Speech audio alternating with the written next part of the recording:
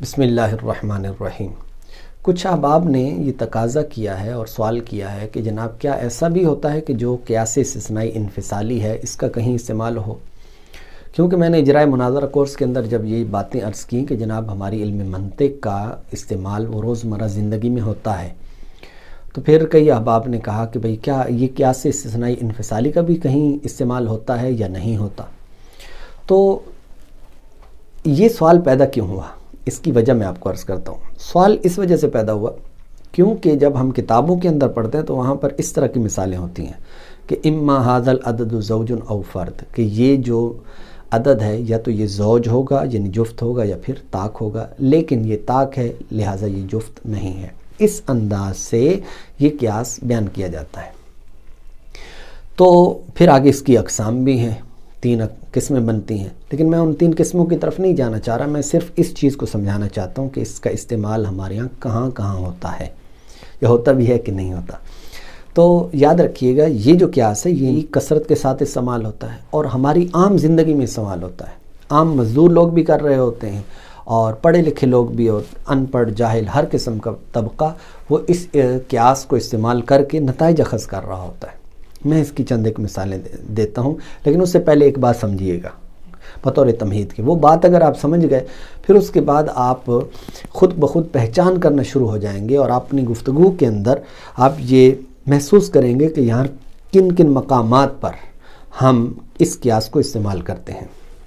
دیکھیے، جہاں پر بھی آپ کچھ صورتیں بناتے ہیں، کچھ احتمالات نکالتے ہیں، تو وہاں یہ قیاس استثنائی انفصالی استعمال ہوتا ہے۔ مثال کے طور پر اب آپ دیکھیے آپ کی طبیعت ٹھیک نہیں تھی، تو آپ کہتے ہیں کہ جناب صبح میرا اسکول جانا 2 حال سے خالی نہیں۔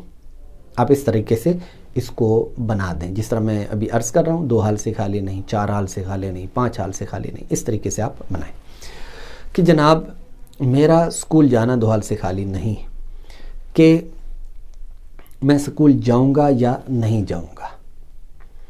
اب یہ 2 صورتیں بن گئی، ان میں سے ایک کو آپ متعین کر دیتے ہیں کچھ وجوہات کی بنیاد پر، آپ جس کو ترجیح دے دیتے ہیں۔ مثال کے طور پر آپ کی طبیعت ٹھیک نہیں تھی، تو اب کیا ہوگا کہ آپ کی طبیعت ٹھیک نہ ہونے کی وجہ سے آپ کا نہ ہونا کیا ہو گیا، اسکول نہ جانا متعین ہو گیا۔ ٹھیک ہے کہ بھئی آپ اسکول نہیں جائیں گے، تو لہٰذا اب کیا ہوگی، ایک صورت وہ آپ متعین کریں گے، تو نہ جانا اگر متعین ہو جائے گا تو اس کا مطلب ہے جانے کی نفی ہو جائے گی۔ اسی طریقے سے آپ کہتے ہیں کہ جناب کل ہڑتال ہوگی یا نہیں ہوگی، لیکن جب آپ نے خبروں کے اندر صبح سنا تو وہاں پر تھے کہ آج ہڑتال ہے، لہذا ایک صورت متعین ہوگی، لہذا دوسرا نتیجہ بن گیا آپ کا۔ اسی طریقے سے آپ کہتے ہیں کہ جناب میرا یہ جو کاروبار ہے اس کے اندر 2 صورتیں ہیں یا تو 3 صورتیں ہیں، نفع ہوگا یا نہیں ہوگا، یا نفع ہوگا یا نقصان ہوگا، یا نہ نفع ہوگا یا نہ نقصان ہوگا۔ تو یہ 3 صورتیں ہیں، ان میں سے دلائل کی روشنی کے اندر ایک صورت متعین ہو جاتی ہے۔ تو اب ایک صورت جو متعین ہوتی ہے، تو اگر 2 کی فرض کریں آپ نفی کر دیتے ہیں تو ایک صورت متعین ہو جاتی ہے، وہی آپ کا نتیجہ بن جاتا ہے۔ میں ایک سمجھانے کے لیے آپ کو بتا رہا ہوں، پھر آگے میں کر کے دکھاتا ہوں۔ تو اب آپ غور کریں، اسی طریقے سے آپ کہتے ہیں کہ جناب میں یہ کوئی کاروبار کرنا چاہتا ہوں، تو بھائی اس کاروبار کے اندر یا تو نفع ہوگا یا نقصان ہوگا۔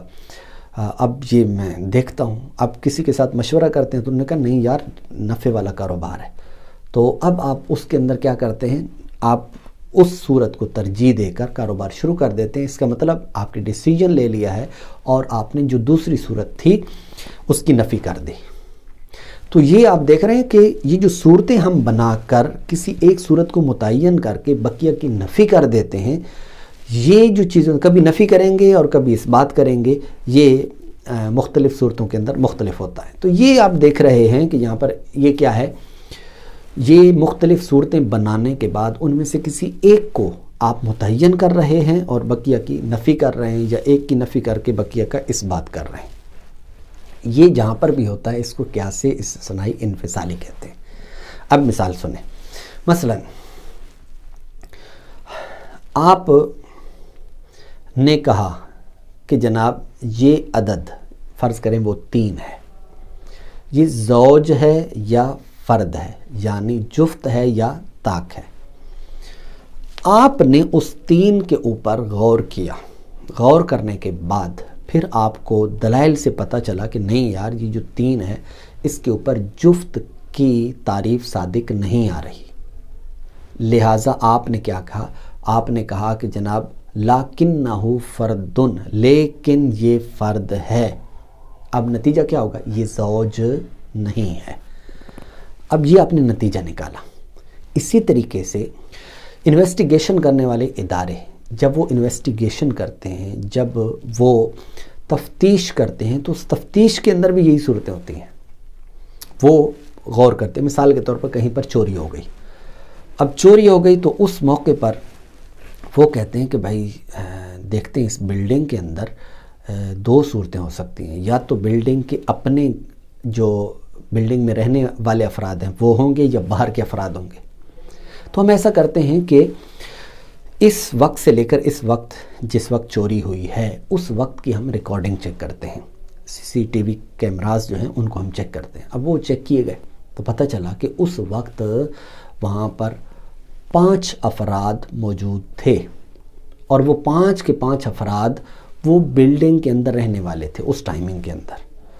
اب کیا ہوا کہ ان نے 2 صورتیں بنائی تھیں. انہوں نے کہا کہ بھائی کہ جناب باہر کے لوگ ہوں گے یا اندر کے لوگ. اب انہوں نے کیا کر دیا؟ CCTV کیمرے نے بتا دیا کہ نہیں جناب وہ اندر کے لوگ ہو سکتے ہیں. انہوں نے ایک صورت کو متعین کیا، لہذا اب نتیجہ نکل آیا کہ باہر والے لوگ نہیں ہو سکتے.